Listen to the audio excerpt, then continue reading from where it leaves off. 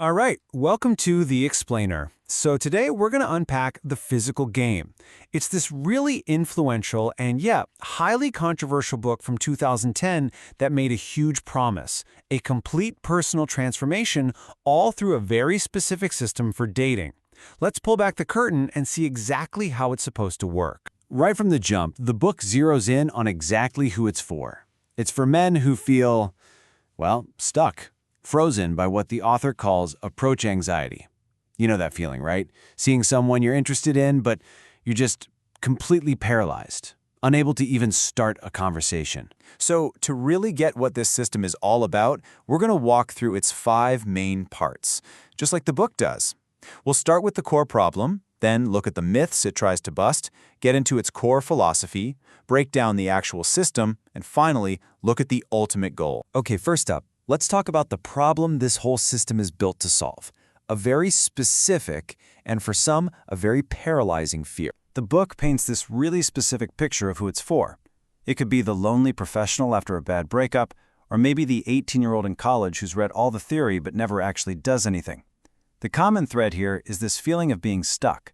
As the book puts it, they're like a gun loaded with techniques but cannot fire a single shot. All right, so before the book can build up its own system, it's got to tear down the old one, and that means going after the whole world of sweet talk and cheesy pickup lines. The author draws a really sharp line in the sand here. On one side, you've got what he calls scripted game. Think memorized lines and routines, which he says feels like wearing a tight costume. And he contrasts that with his ideal, a self-expression game, which isn't about impressing anyone, it's just about being you. And this really gets to the heart of his whole argument. He says that when you use someone else's lines, you create this social robot effect, People can just sense it. They feel that the delivery is fake or rotten, and the whole thing just backfires. Then he goes after those popular step-by-step formulas for attraction.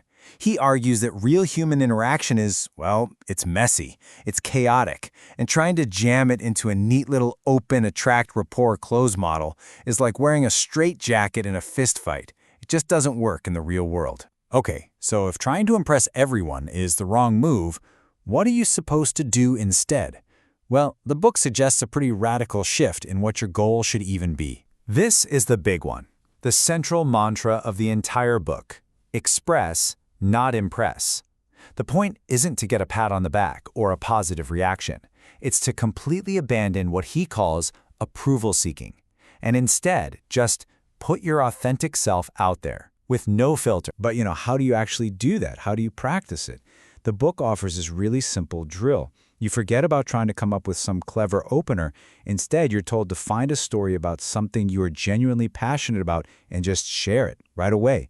The theory is that real enthusiasm is way more magnetic than any witty line you could come up. And really, this all boils down to one thing: flipping a switch in your brain, turning off that people-pleasing filter. The mindset you're supposed to adopt is that strangers in a bar, they don't have any real power over you, so why should their approval matter?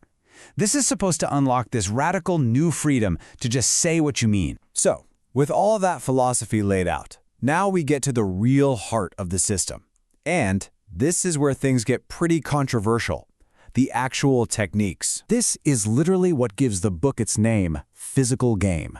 It's defined as using immediate physical contact right from the start to lead the interaction. The author doesn't just present this as a good idea, he calls it a biological fast track, claiming it bypasses normal conversation and works directly on a chemical level to create attraction. At the center of this whole system is this signature move called the claw. The technique itself is described very simply. Just put your arm around a woman's shoulders and keep it there. And the book is very specific about this part. You do this regardless of her initial reaction. And this one move, the claw, it's framed as the ultimate expression of the system's values. It's supposed to communicate, quote, dominance, authority, and power. The author presents it as this infallible shortcut, even adding that students in his workshops would chant, "The claw always wins." And the claw wasn't the only move, not by a long shot. The book lays out a whole suite of other physical tactics. Things like turning a simple high five into a handhold, or physically spinning and leading a woman through a crowded venue. Every single one is designed to establish this frame of physical leadership. So, where is all of this supposed to lead? What's the end goal of all these techniques? Well, the book is actually very, very direct about this. The end game is one word: closing. And the book defines this as, quote, sealing the deal. Now, this could mean something as simple as getting a phone number, or it could mean what the book calls an extraction, which is taking someone you just met and leaving the venue with them. To get to that point, the author says you have to internalize a few core beliefs. The first one is a big one. Assume the gun is loaded. What that means is you have to operate from the belief that every woman is already attracted to you, which completely eliminates any need to try and win her over. Belief number 2 is all about reframing what failure means. It's this idea, to get girls, you have to lose girls.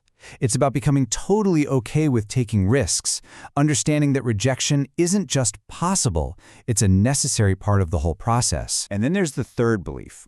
And, this is probably the most controversial piece of the whole system, the idea that every no is temporary. Students are taught to see rejection not as a final answer, but as a not now, or a not ready yet. Basically, a temporary obstacle that needs to be worked through. But in the end, the promise here, it goes way beyond just dating. The author claims that if you can master this one part of your life, it'll trigger this powerful domino effect that transforms, well, everything. Your career, your finances, your health, all of it. And that's what leaves us with the book's big, provocative question. It offers a system for dating, sure, but the promise is a wholesale reinvention of a person's life. So you have to ask yourself, can a set of social techniques, no matter how powerful they might be, really deliver on a promise that grand?